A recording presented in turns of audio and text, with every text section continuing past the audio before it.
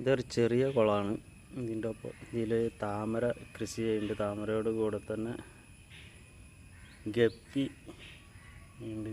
Guppy ചെറിയ കുഞ്ഞുങ്ങൾ വലിയതൊക്കെ ഉണ്ട്. വലിയ കളറുള്ള